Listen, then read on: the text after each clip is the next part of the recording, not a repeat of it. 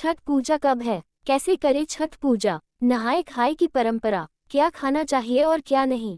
छठी मैया को 3 चीजें कभी मत चढ़ाना, व्रत टूट जाता है, संतान को होते हैं कष्ट। छठ में कौन से कपड़े पहनने चाहिए और कौन से नहीं। इस रंग के कपड़े कभी मत पहनना, व्रत टूट जाता है। छठी मैया को किस चीज का भोग नहीं लगना चाहिए और छठ व्रत में कौन सी गलती नहीं करना चाहिए। पर यदि जिनके घर के पास नदी या तालाब या गंगा या समुद्र नहीं है तब वह क्या करें। पर साथ ही जानिए 3 ऐसी महिलाएं हैं जिन्हें छठ का व्रत नहीं रखना चाहिए, छठ पूजा नहीं करना चाहिए, घोर पाप लगता है, व्रत टूट जाता है, उल्टा संतान को जीवन भर मिलते हैं कष्ट। और यदि आपने छठ पूजा में ये कार्य कर लिया या उपाय कर लिया तो आपको दुनिया की कोई भी ताकत करोड़पति होने से रोक नहीं पाएगी। हिंदी पंचांग के अनुसार छठ हर वर्ष कार्तिक मास की शुक्ल पक्ष की षष्ठी यानी छठी तिथि पर मनाया जाता है। ये हमेशा दीपावली के 6 दिन बाद पड़ता है, जो नहाए खाए की परंपरा से प्रारंभ होता है। यह व्रत करने वाले व्रत भारी 36 घंटे तक निर्जला व्रत रखते हैं, जिसके बाद छठी मैया की आराधना और सूर्य देव को अर्घ्य देने के बाद इस व्रत का समापन किया जाता है। यदि संतान आपकी बार बार बीमार पड़ जाती है, सर्दी खांसी जुकाम, बार बार अस्पताल में बच्चा भर्ती होता है, उसके इंजेक्शन बार बार लगते हैं, बच्चों के शरीर पर सूजन आ जाती है, पैर में तकलीफ, शरीर में तकलीफ, तब ऐसे समय में उस स्त्री को छठ पूजा अवश्य करना चाहिए जिसकी संतान को कष्ट मिलते हैं। छठी मैया की कृपा से छठ माता स्वयं उसे संतान की रक्षा करती है। छठी मैया बहुत प्यारी है, संतान की रक्षा करती है, परिवार की रक्षा करती है, परिवार में कभी विपदा नहीं आई।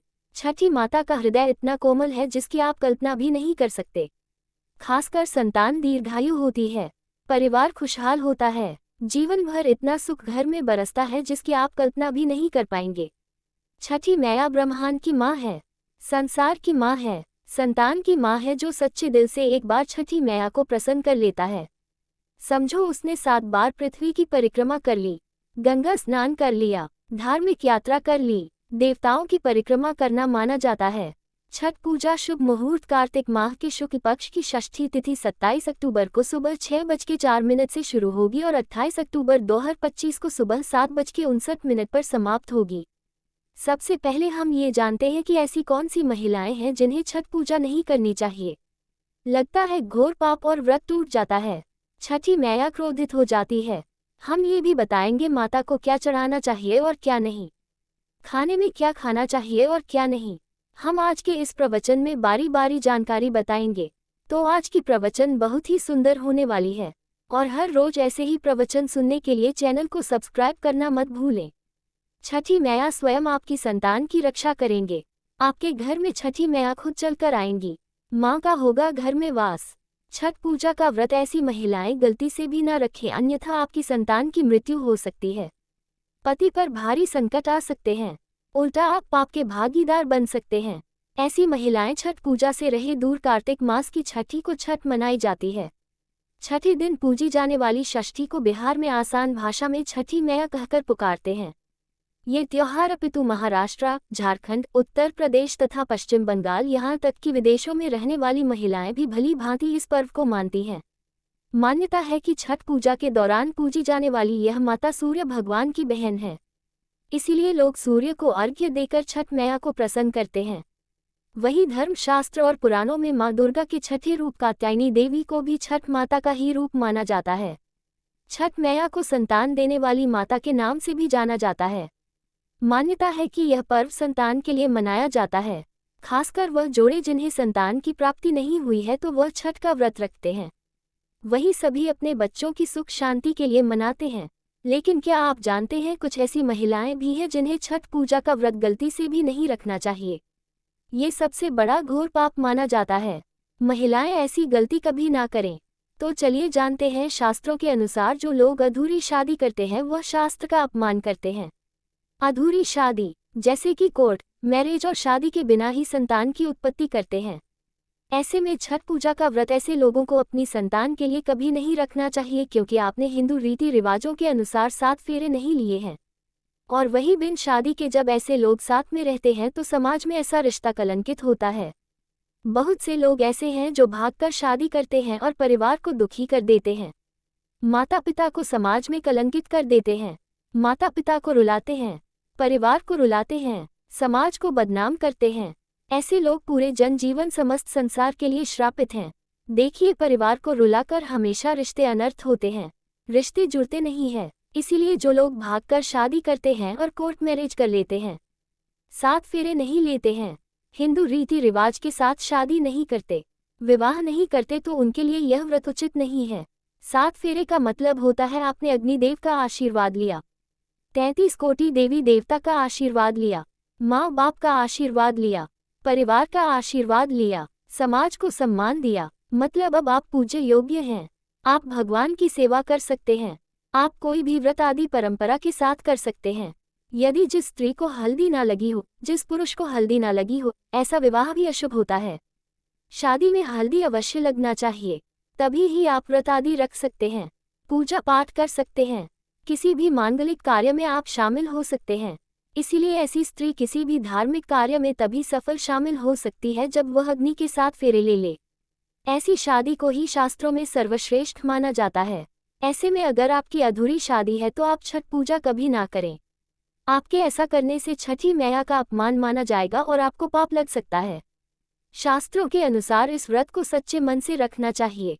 अगर कोई महिला शौक में यानी बेमन से इस व्रत को रखती है तो उनके पति या संतान की मृत्यु या उन पर कष्ट आ सकते हैं।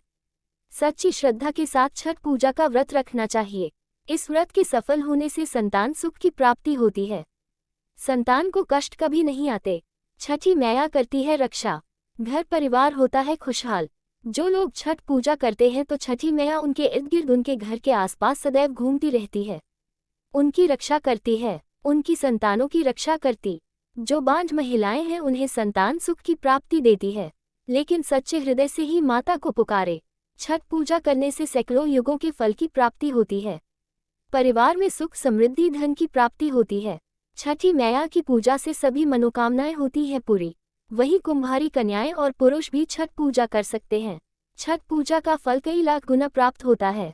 इससे व्यक्ति के सभी पाप खत्म हो जाते हैं और सुख समृद्धि की प्राप्ति होती है। छठ पूजा का व्रत पूरा करने से स्वयं छठी मैया आपके पूरे घर की रक्षा करती है। अब ये भी जान लेते हैं कि छठ मैया को ऐसी कौन सी 3 चीजें हैं जो नहीं चढ़ानी चाहिए, भयंकर पाप लगता है। नंबर 1, सूर्य भगवान को अर्घ्य देने के लिए तांबे का लोटा ही प्रयोग करें, लेकिन भूलकर भी चांदी, स्टील, शीशा और प्लास्टिक के बर्तन से अर्घ्य नहीं देना चाहिए, इससे व्रत टूट सकता है। नंबर 2, व्रत के दौरान घर में कभी भी मांसाहार न बनाएं और न ही परिवार में किसी को खाने दें।